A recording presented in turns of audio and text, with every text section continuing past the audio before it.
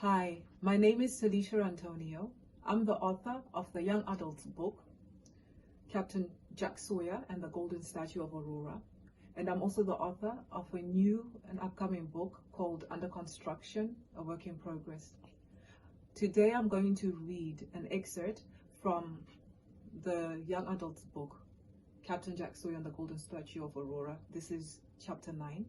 So brace yourselves, take a seat, and just enjoy the ride.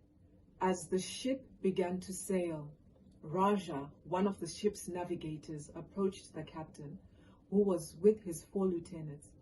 They were discussing what had happened before they set sail. They were all very happy that Jack was finally going to get married. Raja cleared his throat to speak. "Excuse me, Captain." "Oh yes, Raja. We have been waiting for you. What do you have for us?" inquired the captain. "Sir, for us to reach the island of the skulls, we will have to go across 4 seas before we reach the island," Raja responded. Silence fell in the room. The 4 seas were dangerous.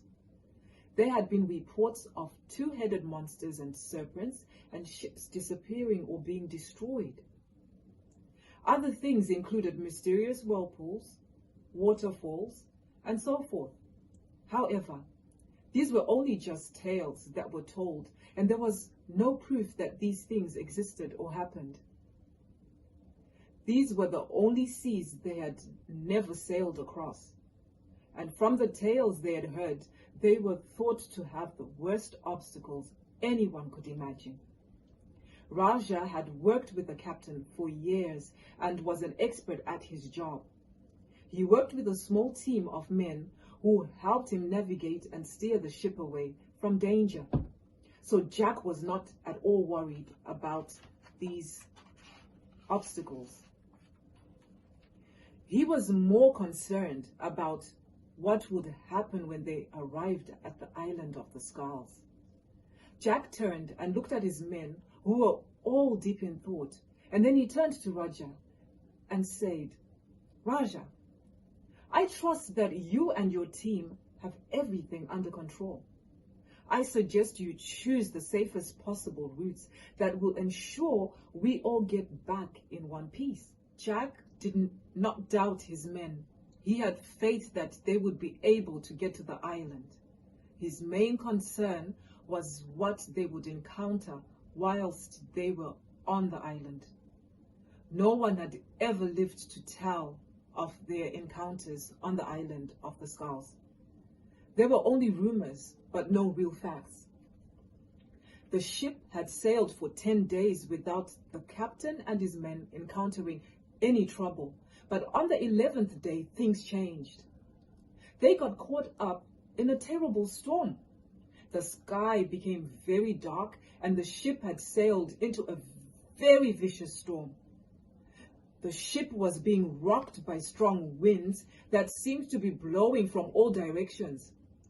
The winds caused big waves that rocked the ship in such a way that all the men on board began to pray that the ship would not capsize.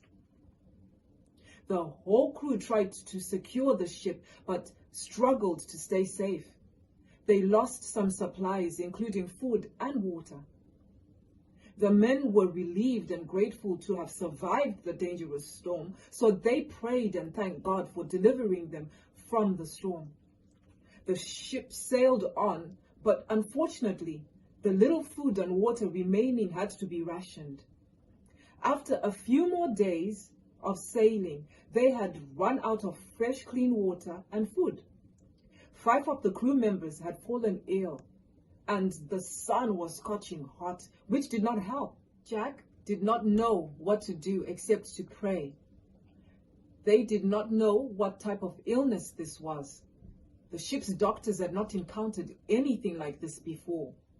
Jack sat at his desk looking out at the clear sky, but he couldn't think of a solution. There was no telling how long it would take to get to the nearest island. Jack thought of the men on his ship.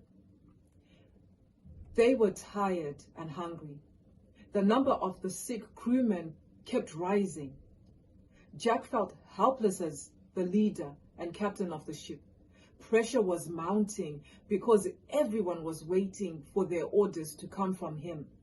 For the first time in his life, Jack wished he was not captain. Paddy Wolf walked in to find the captain deep in thought. He knew his friend very well, so he sat down to talk to him.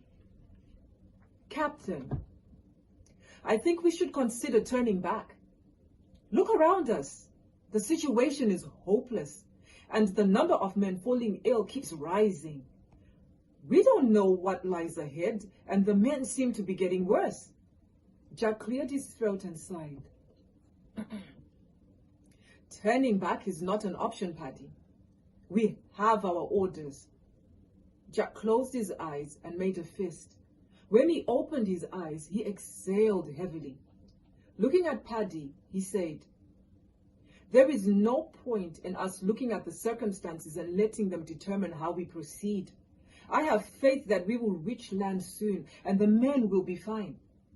Paddy smiled and said, then tell that to your face, Jack. You need to stop believing in what you say. If you keep moping around with that look of hopelessness, you are going to make the men lose morale and become even more helpless. Paddy got up to leave and stopped when the captain said, thanks, Paddy. Anytime, Captain. Anytime, he responded and closed the door behind him, leaving the captain alone. Jack thought about what and who they had all left behind.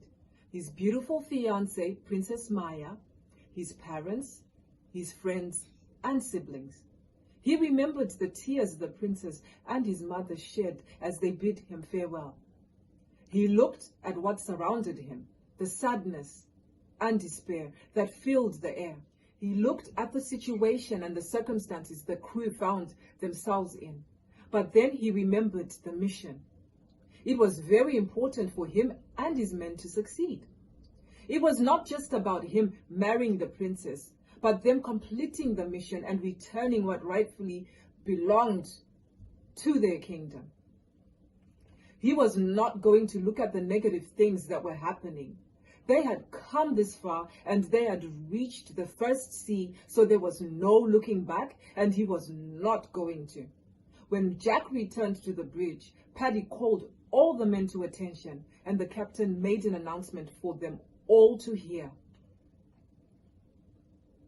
I know that things may seem bleak right now, and we are all beginning to lose hope. However, let us not let fear set in. Let us not let fear take over and stop us from succeeding and completing this mission.